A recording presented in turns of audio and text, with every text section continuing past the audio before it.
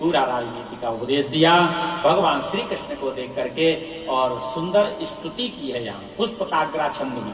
देखिए, बाणों की सैया पर लेटे हुए हैं, भगवान को पुष्प अर्पण करना चाह रहे हैं, लेकिन पुष्प है नहीं, तो पुष्पताग्रा छंद में ही और भगवान को स्तुति करने लगे।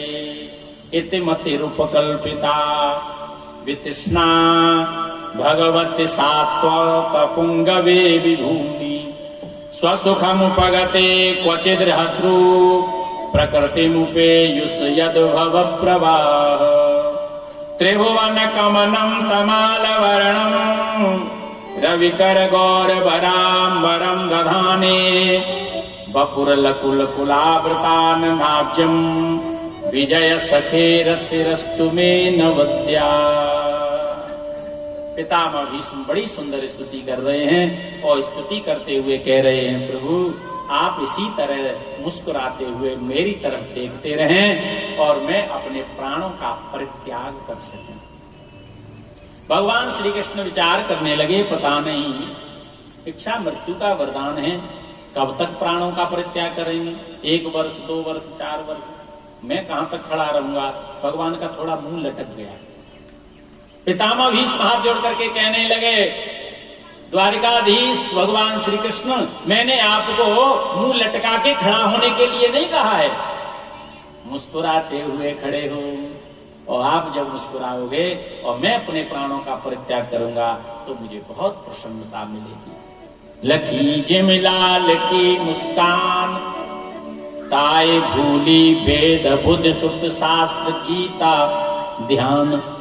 जो भगवान की मधुर मुस्कान को देख लेता है महाराज से तो सब कुछ विस्मृत हो जाता है, केवल भगवान की कृपा उसको प्राप्त होती है। पितामह भीष्म कहने लगे, प्रभु मैं चाहता हूं कि अपनी बेटी का विवाह तुम्हारे साथ में कर दूं। 2 बेटी हैं। भगवान द्वारकाधीश कहने लगे, पितामह आपका तो विवाह भी नहीं हुआ, बेटी कहां से होगा? आप तो नैष्ठिक ब्रह्मचारी। पितामह भीष्म कह रहे हैं 2 बेटी हैं, एक रति और एक मति।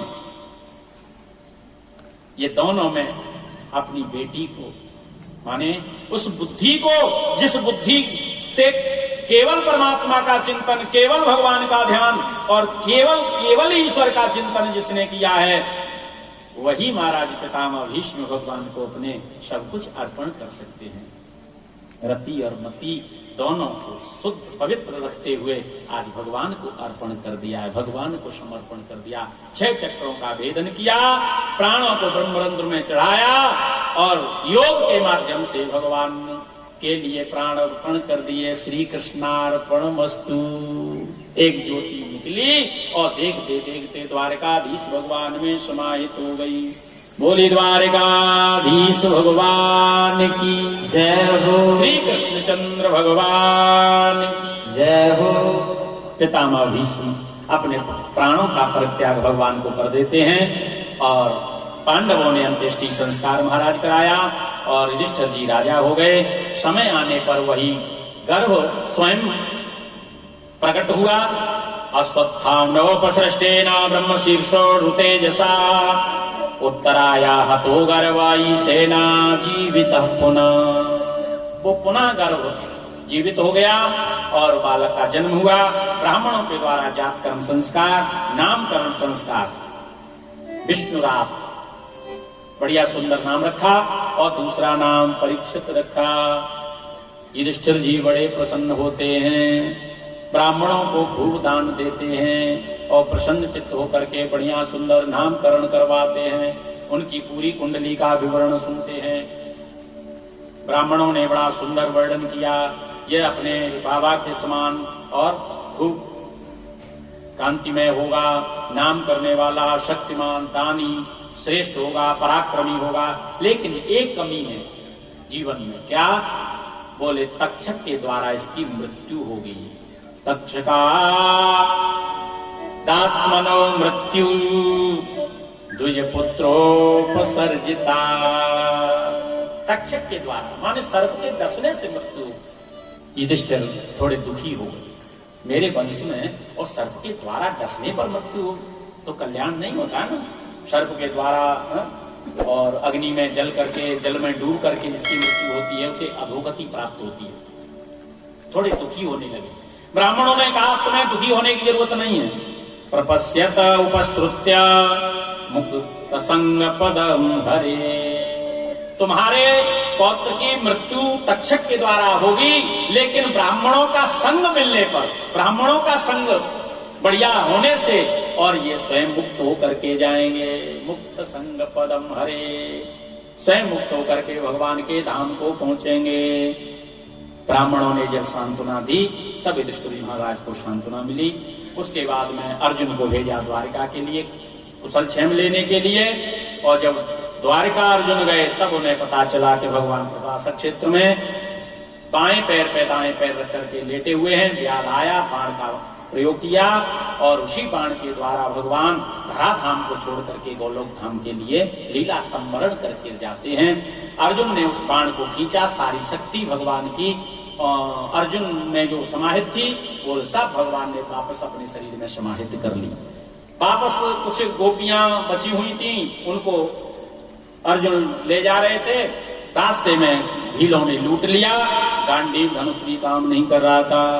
अर्जुन की दशा देख करके युधिष्ठिर घबराने लगे। भैया अर्जुन ये क्या हो गया? बोले भगवान द्वारिकाधीश छोड़ करके चले गए। जो ही सुना सो युधिष्ठिर भी हिमालय की यात्रा प्रारंभ कर देते हैं। पांचों पांडव द्रौपदी के सहित हिमालय की यात्रा करते हैं। धीरे धीरे करके महाराज पांचों पांडव समाप्त हो गए। केवल युधिष्ठिर और सशरीर स्वर्ग के लिए गए हैं, जहां और भगवान को जाकर के दर्शन किया है। ऐसे कोई सशरीर स्वर्ग नहीं जाता है, लेकिन केवल युधिष्ठिर ऐसे धर्म वेत्ता थे, धर्म के पालन करने वाले, जो साक्षात धर्म के रूप में भगवान के धाम को गए हैं। और कुछ लोग वर्णन करते हैं कि हिमालय में उंगलियां गल गई थी, नरक के मार्ग से होकर के ले जाया गया था, क्योंकि उन्होंने भी जीवन में एक बार गलती की थी। उस गलती का परिणाम उन्हें भोगना पड़ा। स्वर्गारोहण की जो कथा सुनते हैं उनके हृदय में भक्ति जागृत होती है, परमात्मा की कृपा। परीक्षित जी महाराज बहुत छोटे थे, थोड़े धीरे धीरे बड़े हुए और बड़े हो गए तो उनको राजगद्दी दी। राजगद्दी जब दी तो वो जाकर के दिग्विजय करने जाते हैं, और दिग्विजय जब करने के लिए जाते हैं तो दिग्विजय करते हुए आ रहे थे तो इन्होंने क्या देखा? एक काला काला महाराज राक्षस गाय और बैल के ऊपर अत्याचार कर रहा था। बैल जो 4 पैरों से चलने वाला वो 1 पैर पे खड़ा हुआ था, 3 पैर उसके तोड़ दिए। परीक्षित जी को क्रोध आ गया, कौन दुष्ट है जो मेरे राज्य में आकर के गाय बैल के ऊपर अत्याचार करता है? मैं तुझे अभी प्राण दंड देता हूं। महाराज वो कली हाथ जोड़ करके प्रार्थना करने लगा, त्रायमाम रक्षा करो रक्षा करो, मैं कली हूं। कली? बोले हाँ कलियुग। तू मेरी शरण में आया है तो मैं तुझे प्राण तो तेरे नहीं लूंगा, शरणागत की रक्षा ही करना चाहिए, हमारे पूर्वजों का वचन है।